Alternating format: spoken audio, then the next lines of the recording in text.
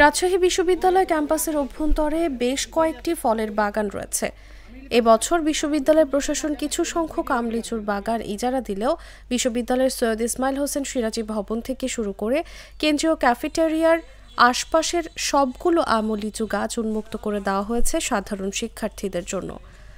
তবে এ বিষয়ে সুনির্দিষ্ট কোনো বিধিনিষেধ না থাকায় এসব অপরিপক্ক আম লিচু পাড়া নিয়ে চলছে একরকম অসুস্থ প্রতিযোগিতা।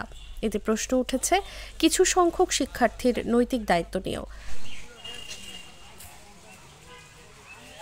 সরেজমিনে গিয়ে দেখা যায় পরিপক্ক হওয়ার আগেই শিক্ষার্থীরা বস্তা ভরে অপরিপক্ক লিচু ও আম পেড়ে নিয়ে যাচ্ছেন।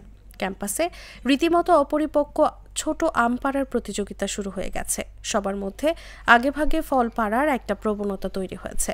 ফলে আমগুলো পাকা তো দূরের কথা, নরম আটিসহ আম পেড়ে ব্যাগ ভারী করতে ব্যস্ত হয়েছেন কিছু সংখ্যক শিক্ষার্থী।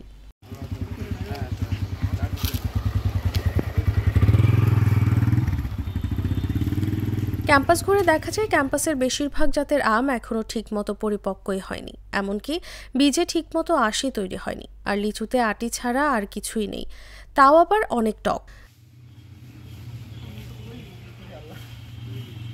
কাজী নজরুল ইসলাম মিলনায়তনের পেছনের গাছগুলোর নিচে শিক্ষার্থীদের জটলা দেখা গেল। কারো হাতে ইটের বড় খোয়া, আবার কারো হাতে গাছের ভাঙা ডাল। এগুলো দিয়ে গাছগুলোতে ঢিল মেরে ফল পাড়ার চেষ্টা করছেন তারা। এতে করে গাছে থাকা অনেক ফলই আঘাতপ্রাপ্ত হয়ে রয়ে যাচ্ছে, যা পরবর্তীকালে পচে নষ্ট হবে।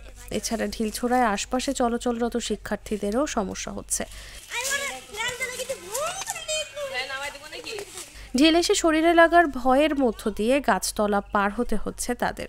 এ বিষয়ে বিশ্ববিদ্যালয়ের প্রক্টর অধ্যাপক আসাবুল হক বলেন, এমন অভিযোগ আমিও পেয়েছি। শিক্ষার্থীদের কথা চিন্তা করে এবার প্রশাসন সৈয়দ ইসমাইল হোসেন সিরাজি ভবন থেকে শুরু করে কেন্দ্রীয় ক্যাফেটেরিয়া পর্যন্ত আম, লিচু ও কাঁঠাল গাছগুলো ইজারা দেয়নি। তবে আমি শুনতে পেরেছি কিছু সংখ্যক শিক্ষার্থী অপরিপক্ক অবস্থায় আম বস্তা ভরে পাচ্ছে।